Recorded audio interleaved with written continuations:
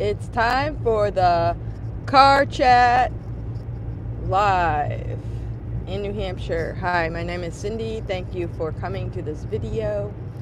And I started these videos to just kind of share what it's like when the leaves turn in the fall, and I've just kept it going. And I kind of miss it when I don't do the live chat, like if I stay home or I'm not out that day. So here we are. It's Thursday morning, and we're having a 11-degree day.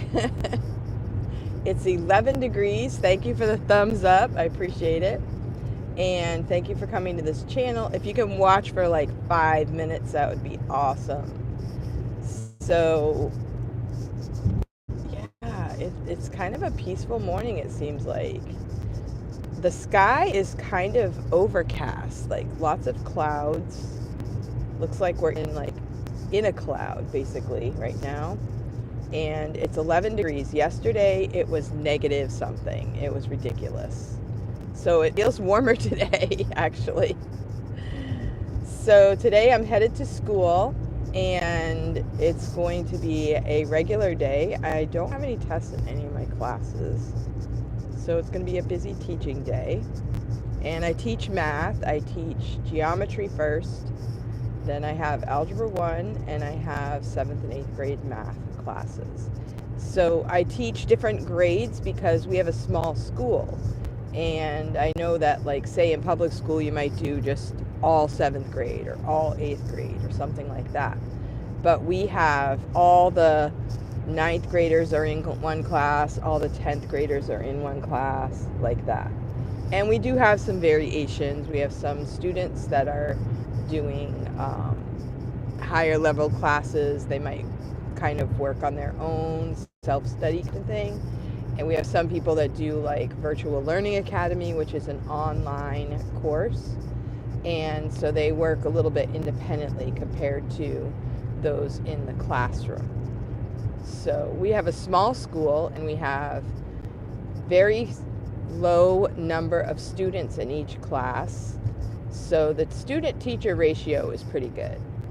Our school is in a church, so the overhead is very low, and it's great because they help with a lot of the funding, and they help maintain the buildings and things like that. And the parents, when they pay tuition, it's mostly for the staff and the people that work for the school. So it's a good arrangement. It's a good model for a lower priced education compared to what is happening in the public school. Although the teachers, their pay is a little lower because it is kind of considered a ministry. So we don't keep up with the local public school, but for me it's good. I have kids in the school, so that's one reason why I teach at the school, is so my kids can go there. And obviously I am a teacher and I love teaching, and that's why I'm at a private school, because I love teaching. I don't really want to do crowd control. I don't want to do, all of this stuff that goes on in classrooms. I give credit to the teachers that do a good job in that environment, but it's just not for me. So I have not taught in the public school except for when I was first out of college. I did a few different jobs in the public school, and I just decided if I'm going to work, I'm going to just either do a job or I'm going to teach at a school where I can actually teach. And that's what I do. So we have a teaching day, and I am happy to be at my school because we do have the same belief in God and in the Bible and everything. So I'm able to share the truth of the Bible rather than feeling like I'm going to be arrested if I say something wrong, like I would be at the public school. And so I really like it. It's good for my kids. They have met some really good people to be friends with, and so that's what we do. So instead of going to the local public school, which is just a couple miles away, we drive 40 minutes. It kind of makes no sense to most people, but it works for me. It's a safe environment and loving people, kind of like a family. I call it homeschool with help because I can see my kids there. I know their teachers. I work with them. I'm able to check in on them, but yet, have a little bit of a distance because I'm their mom. They don't want me in their face, all the time, but it's good to check in. So good morning. Thank you guys for coming. Thank you for the thumbs up. Thank you for coming to this channel. And I just wanted to talk a little bit about something I mentioned in my Bible reading last night, Psalm chapter 12. And the Psalms are a Bible verse, a book of the Bible that was written by David, who was David the shepherd, David the giant killer, David the king, David the murderer, David the adulterer, but he was called the man after God's own heart. And so the Psalms bring out truths from someone who has been everywhere and knows what humanity is and knows the need for God. And so when you read the Psalms, it's very comforting and takes a load off of your mind that God is in control. So right now in this world, we have a little bit of reprieve maybe because we feel like we have a president who is ready to work and help our economy and do positive and good things for our world, even throughout the world. And it feels good to have that security that a person is headed in a direction that's going to help us all. But on the other hand, we have to be realistic that no one person can do all the things that he's promised to do. And, we need to still keep our eyes on God because the enemy is still going to try to trip us up. The enemy is still there. The enemy is still close at hand. So we need to be careful not to put our trust in a person. We need to put our trust in God. And when we put our trust in God, I mentioned something about the let them theory. Sometimes, I don't know about you because you have to tell me about you, but in my world, a lot of people try to think they know what other people should do. For example, I have 13 kids, so people think I'm crazy. They think I'm, all kinds of bad things because I have 13 kids, but it's really none of their business. If somebody has one kid, do I go around and say, why don't you have more kids? I think you should have more kids. Or maybe they don't have any kids. There are reasons why people do what they do. And it's not my job to go around and manage everyone else. So I love that let them theory. It takes a load off of your own mind to just let them. That's the way they are. They want to yell and scream in your face. Let them. Don't react. And it's hard. It's not as easy as it sounds, but the more we mention it, the more we try it, the more it will be part of our lives. We don't have to manage other people. We only have to manage ourselves. And that comes to my second point. I was watching Mel Robbins this morning. I love her. And she was talking about how she found a seat. All of a sudden, she had nothing to do. And she sat down and she thought, oh my goodness, I should contact this person. Oh, I should contact that person. Oh, I should maybe get up and do this or that. And she said, no, this is my time. I need to take a break for me. And that's where, over the years, when I've gotten up in the morning, it's all about in front of me. I have to change a diaper. I have to clean something. I have to make a meal. I have to get kids out of bed or get kids to make their beds or whatever the case may be. My job was whatever came to me in the morning. You know, I didn't really have a choice. And being the mother, you know, my oldest was pretty good about it. She would say, you know, go lay down and I'll take care of things. I'll make dinner tonight. And I would love that. But most of the time, there's nobody there to help me, right? That's the mother has to carry the weight of everyone all the time. And it's hard, it's exhausting, but you do it because that's what you have to do. So at this point in my life, is it okay for me to sit down and take a break? Is it okay for me to do something I would be interested in doing? And my commute is about 40 minutes. And is it okay for me to take time for myself? And I'm saying yes, it is. And I think a lot of people are figuring that out. If you keep giving, and you don't take time for yourself, you get burnt out.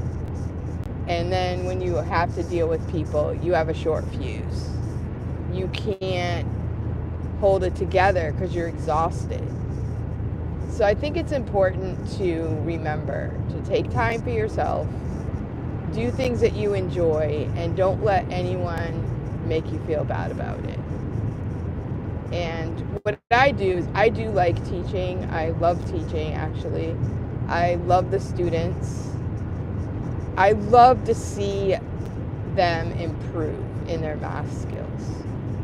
And I love to, like, watch the student go from, I can't do math, I hate math, you know, I'm not a math student, to I love math. I'm getting it.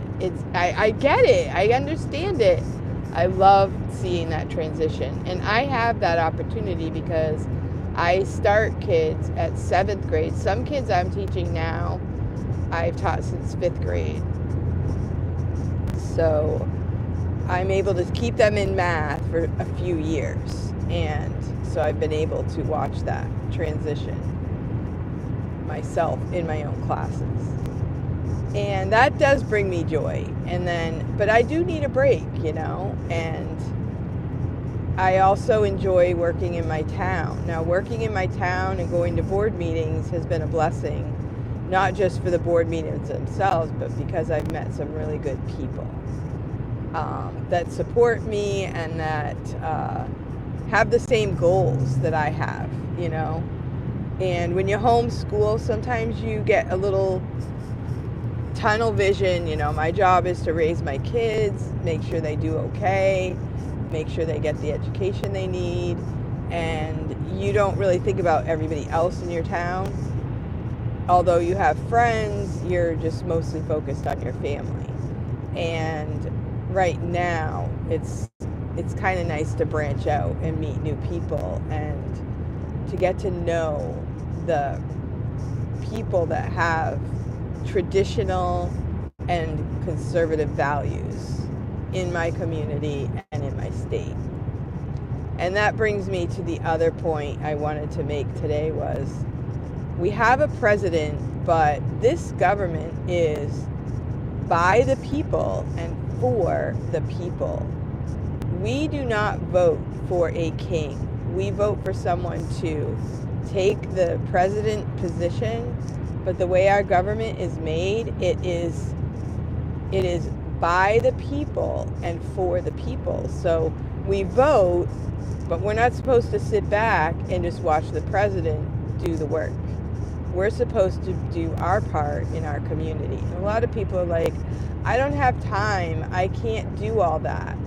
Well, it's not supposed to be one person doing everything, or 2 people, or even 10 people. It should be that there's a good number of people in the town, and we all take turns. And I think that a lot of the people on boards right now are willing to take turns. Nobody wants to do this for a lifetime. Now, some people have made it a lifetime career, and I think it's okay for a minority of people to stay in boards and politics, because they're the ones that kind of know, if you have a completely fresh start every so often, it might be hard because the new people don't know the reasons why we did certain things or whatever it is.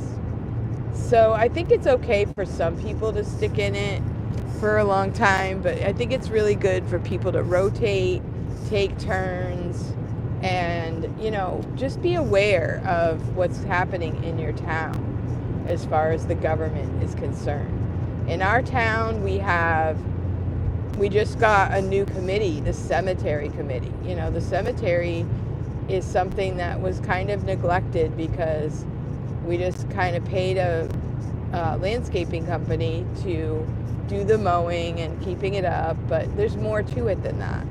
So we have a committee.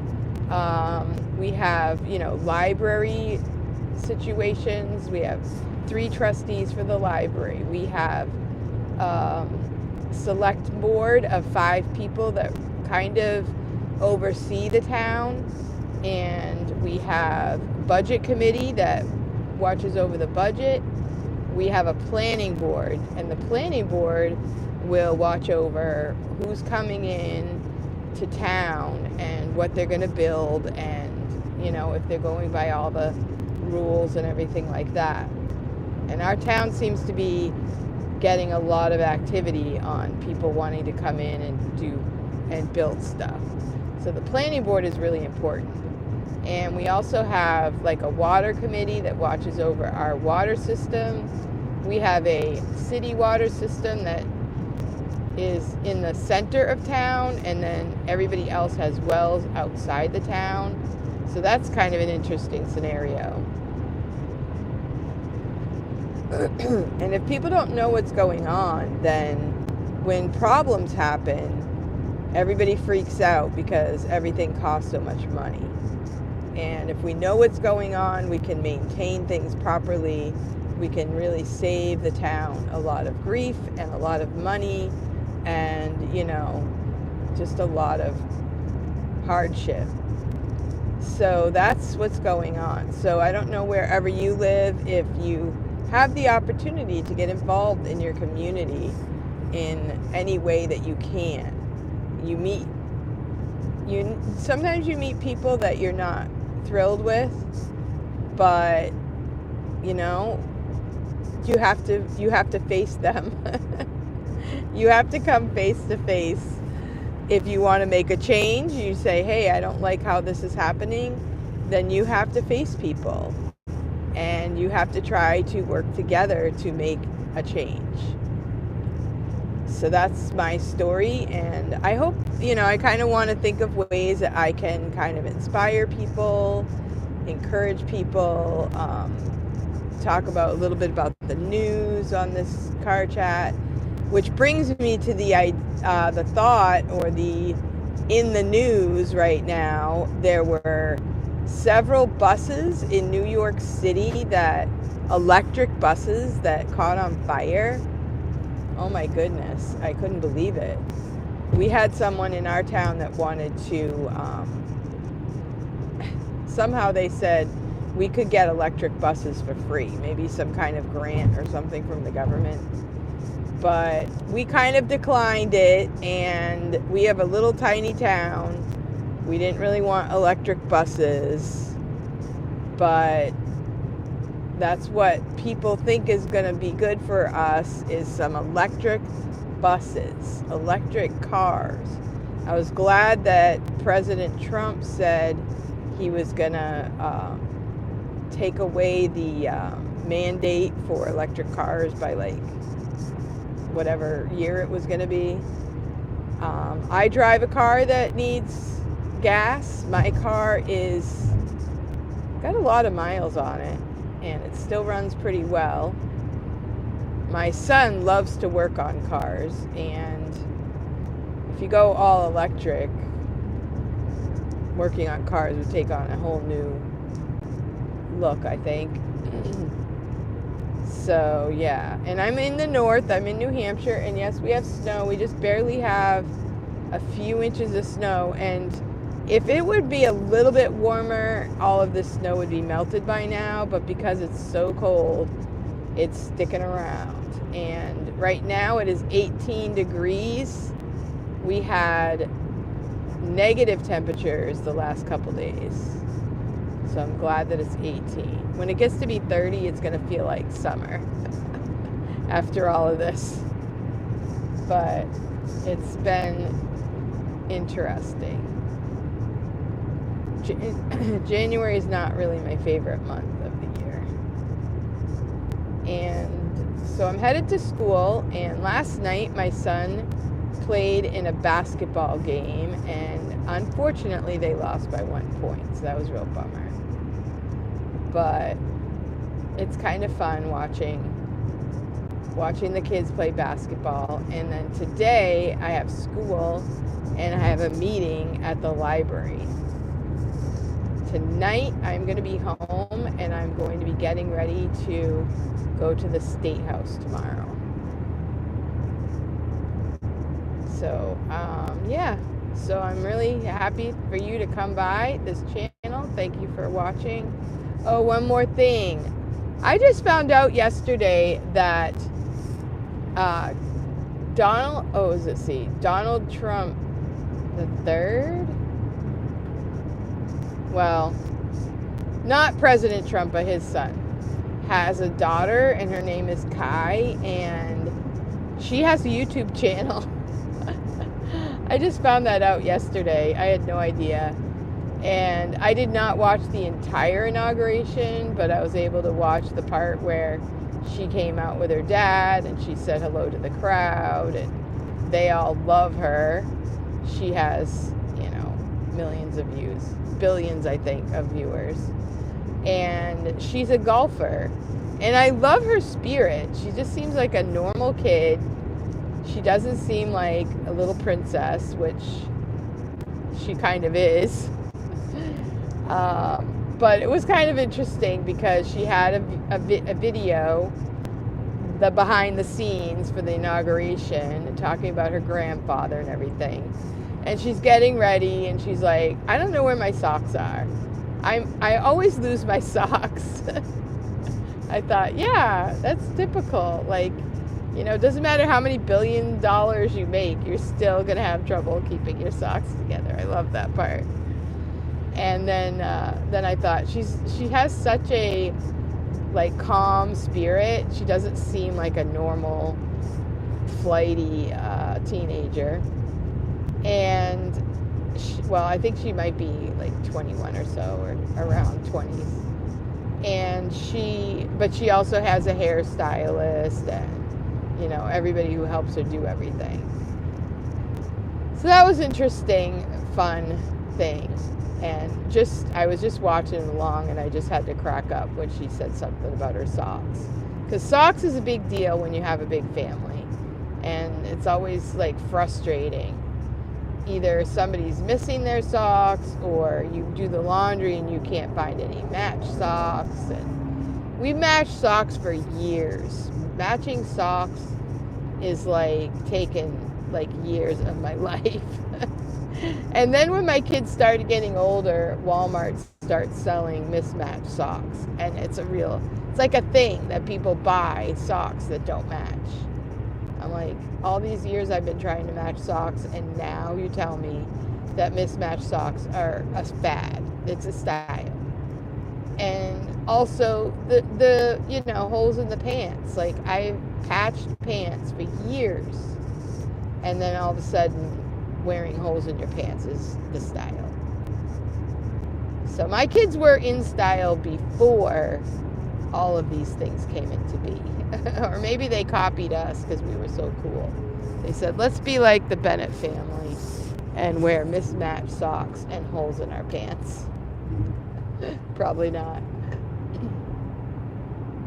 But anyway, I don't wear holes in my pants. I cannot get into that fad, and that's where I wear pants without holes, and I'm not interested in wearing pants with holes in them. I don't really see how they're so cool. It doesn't compute in my brain. So I do tease the girls at my school about it, because they wear them to school sometimes, and even some of the teachers do. But it's not for me. I have pants on today, but they don't have holes in them. All right. Well, thank you so much for watching. It's been fun chatting today, and I hope you have a great day. I hope it's warmer where you are. See you next time.